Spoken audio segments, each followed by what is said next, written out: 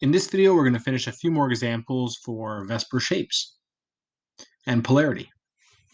So let's go ahead and continue from NH3. So first we'll draw our Lewis structure, as you would based on the rules we've seen earlier.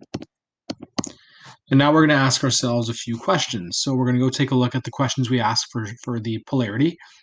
Are there polar bonds? So if we do the electronegativity difference between N and H, and you would do that for all the bonds, but since they're all the same, we just have to do it really once. The delta En is equal to, let's go look for our electronegativity value of N and H. N is 3 and H is 2.1. So 3.0 minus 2.1 is 0.9. So we do have polar bonds. So there are polar bonds there. So since our answer to that is yes, our next question is, are there lone pairs? And our answer is yes. So there's polar bonds and there's lone pairs, which means that that is considered asymmetrical. It's considered asymmetrical. So since there's polar bonds and since there's lone pairs, we're dealing with an asymmetrical situation. So if it's asymmetrical, that means it's polar as a molecule. So we have polar bonds. We have lone pairs. And so that makes this a polar molecule. And if we look at the shape that we're dealing with, we have four regions of electron density. One of them is a lone pair. So we have a trigonal pyramid drawn as we see there. And so we can go ahead and do that.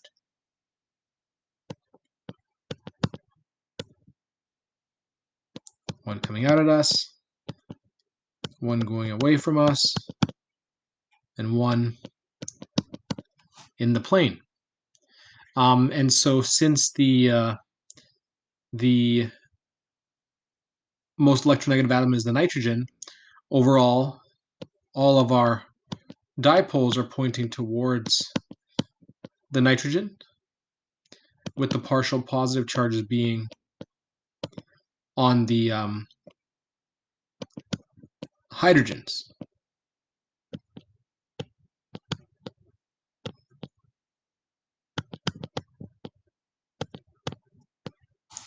And so that those are all the dipole moments that we see in the nitrogen or in the ammonia molecule. And they don't cancel out because it's an asymmetrical molecule. So since it's asymmetrical, we have an overall dipole moment for the molecule, which means that, again, it is considered polar. So now we're going to do the next example,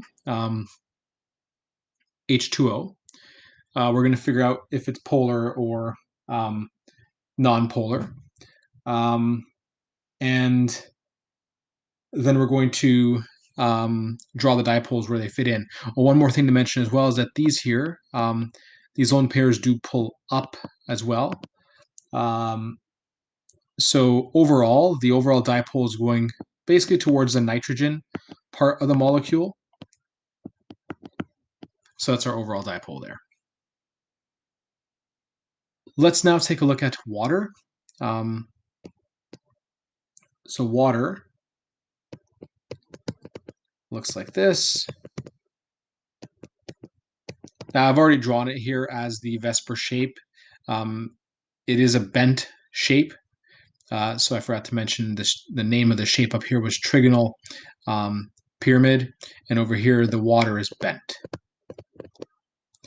And we need to figure out if it's polar or non-polar. So if you look at the bonds here, oxygen is electronegativity is 3.5 minus 2.1 for hydrogen. And so you get 1.4 difference in electronegativity. Let me just double check to make sure that that's actually 3.5.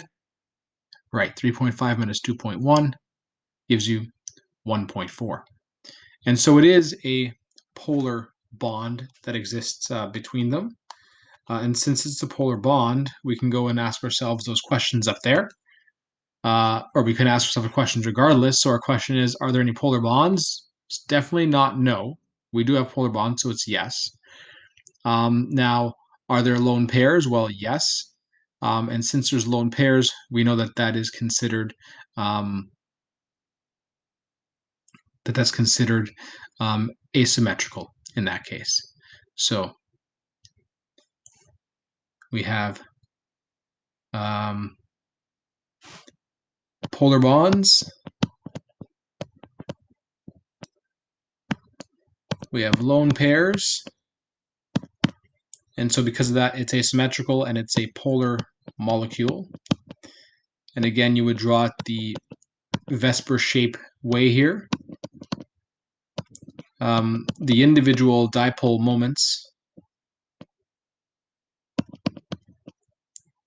bond dipoles, I should say, are pointing towards the oxygen. So the overall net dipole of the molecule is up towards the oxygen end of the molecule.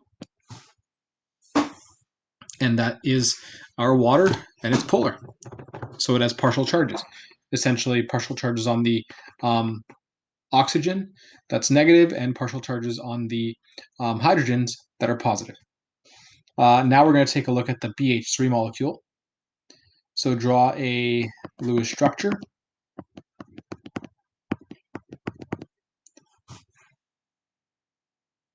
Let's take a look at what VSEPR shape would have. It has 3 regions of electrons, and there's no lone pairs, so it's a trigonal planar. So we have trigonal planar.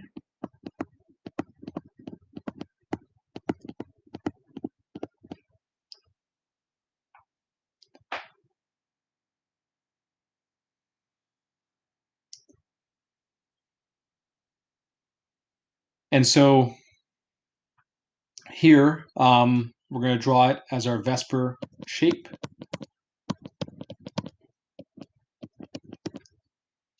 Now we need to ask ourselves if there are any polar bonds.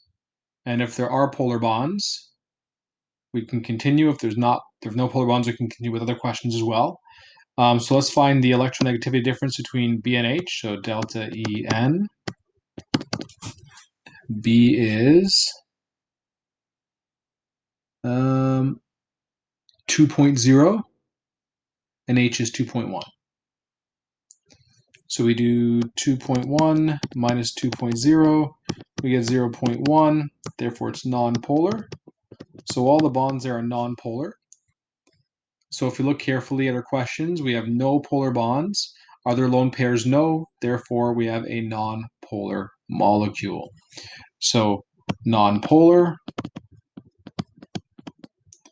we have no polar bonds and no lone pairs.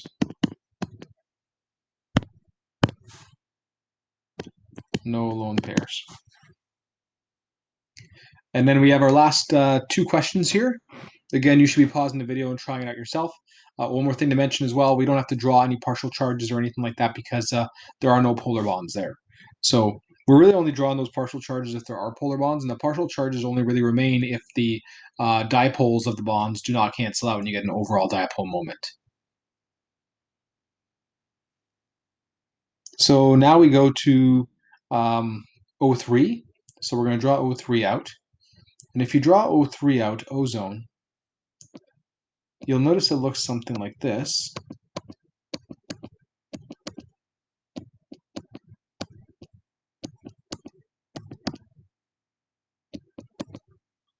So if you look at the structure, it is 3 regions of electrons, so double bond, lone pair, single bond. And you have 1 lone pair, so it is a bent molecule with a lone pair there. So this is bent. And the VSEPR shape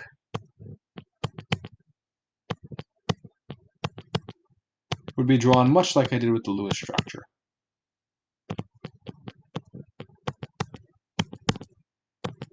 In reality, the Lewis structure, you could have drawn it just straight, but that wouldn't have been the correct shape. The correct shape is in the VSEPR structure, which is here. It's not really linear, it's actually bent. So we have to ask ourselves a few questions. Are there polar bonds? Well, if you look at the molecule, you'll notice you're doing the electronegativity difference between the same atoms.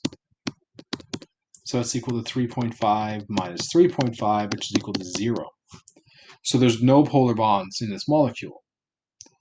But then you ask yourself, are there lone pairs on the central atom? And there are. So that means it's polar. And since there's lone pairs in the central atom, we have ourselves a polar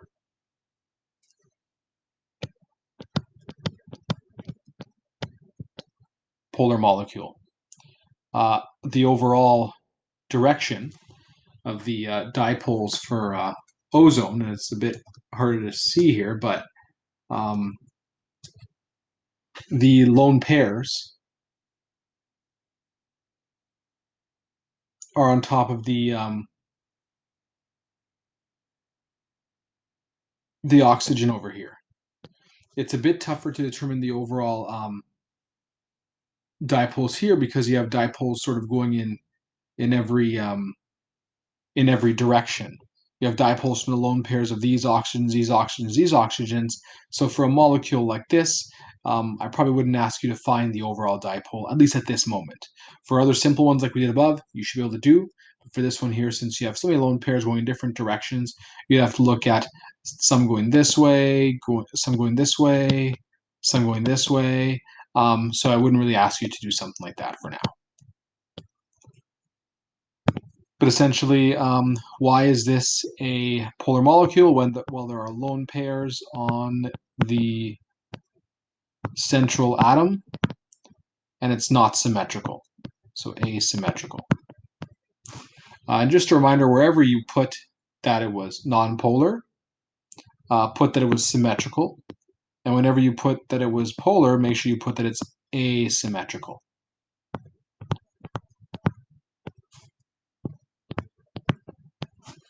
In part of your justification as well. So now we'll do our last one, CH3Cl. So we have 3 H's.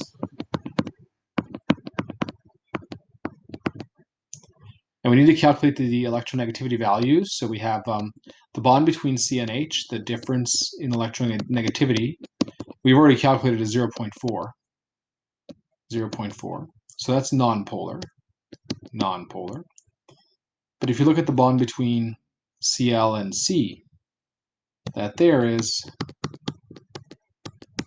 3.0 minus 2.5, 0.5. So this here is a polar bond. So we need to ask ourselves now a few questions. First of all, are there polar bonds? There are. Are there lone pairs? Well, no, there's not. So we're looking at these two questions here. So our next question is, are the atoms the same? They're not the same because we have 3 H's around it and 1 Cl. So no, they're not the same. So it's polar because it's asymmetrical. So we have our VSEPR would be our tetrahedral.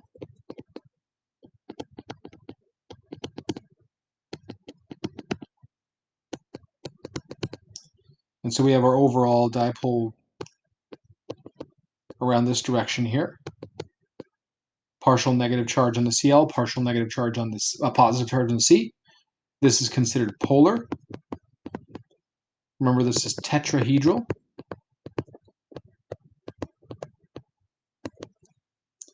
And why is it polar? Well, there's a polar bond, and there's different outer or peripheral atoms. Therefore, asymmetrical. And the dipoles don't cancel out. So this is considered a polar molecule.